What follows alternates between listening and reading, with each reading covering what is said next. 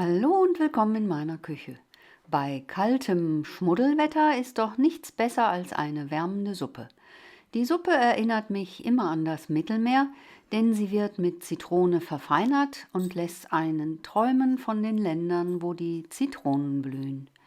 Vor dem Träumen gibt es allerdings noch ein klein wenig Arbeit, aber es ist wirklich ganz einfach. Alles fängt an mit etwas bescheidenem Reis, der in einen Topf gegeben, mit Wasser aufgefüllt und gesalzen wird. Alles wird 10 bis 15 Minuten auf kleiner Flamme zum Kochen gebracht. Aufpassen, dass nicht alles Wasser verdunstet, gegebenenfalls noch etwas nachfüllen. In dieser Zeit werden 2 Hähnchen-Innenfilets klein geschnitten. Innenfilets sind die Stückchen, die sich immer vom Bruststück lösen.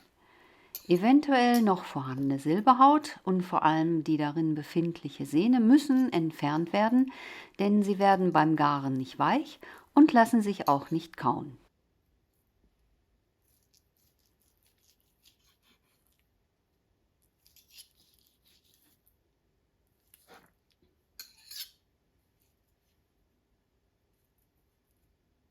Hähnchen-Innenfilets gibt es beim Geflügelhändler oder in der gut sortierten Fleischtheke.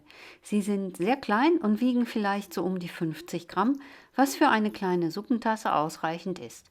Außerdem sind sie besonders zart und geben einen guten Geschmack. Um 2 Suppentassen zu befüllen, benötige ich 500 Milliliter Flüssigkeit. Das probiere ich aus, indem ich sie mit Wasser fülle und dabei wiege.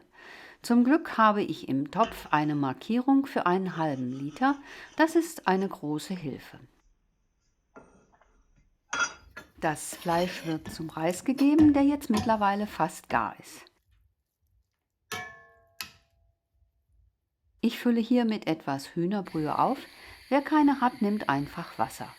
Brühwürfel würde ich nicht empfehlen, denn darin können sich Geschmacksverstärker befinden, auf die man allergisch reagieren kann. Zu guter Letzt kommen noch 1 bis 2 Teelöffel Zitronensaft dazu. Alles wird noch einmal untergerührt und zum Kochen gebracht, damit das Fleisch garen kann. Außerdem werden noch einige Streifen der gelben Haut einer gewaschenen Bio-Zitrone mit einem Zestenreißer abgezogen. Wer keinen Zestenreißer hat, schneidet die Schale dünn mit einem Messer ab und anschließend in feine Streifen. Aber nur das Gelbe der Schale, denn darin sitzen die ätherischen Öle, die nach Zitrone schmecken. Die Zesten werden in die mittlerweile kochende Flüssigkeit gegeben und dann, und das ist ganz wichtig, lässt man die Suppe auskühlen auf mindestens 60 Grad. Das ist kühler als eine bequem trinkbare Tasse Kaffee oder Tee. Das gibt mir die Zeit, meine Suppentassen herzurichten und auch schon mal die Eier bereitzulegen. Außerdem nehme ich das Grün einer gewaschenen Frühlingszwiebel und schneide es in ganz feine Ringe. Es dient mir später zur Dekoration der Suppe und rundet den Geschmack ab. Schnittlauch geht auch. Meine Suppe ist mittlerweile ausgekühlt. Während des Auskühlens ist der Reis noch ein wenig gequollen. Falls es euch zu viel sein sollte, nehmt etwas heraus. Zum Legieren der Suppe entnehme ich etwas Brühe und gebe sie in eine kleine Schüssel. Dort hinein gebe ich 2 Eigelbe und verschlage sie. Durch dieses Vorgehen gehe ich sicher, dass die Brühe nicht doch noch zu heiß ist. Die Suppe hat sich mittlerweile auf grobe 60 Grad abgekühlt und ich rühre die Eigelbmischung ein.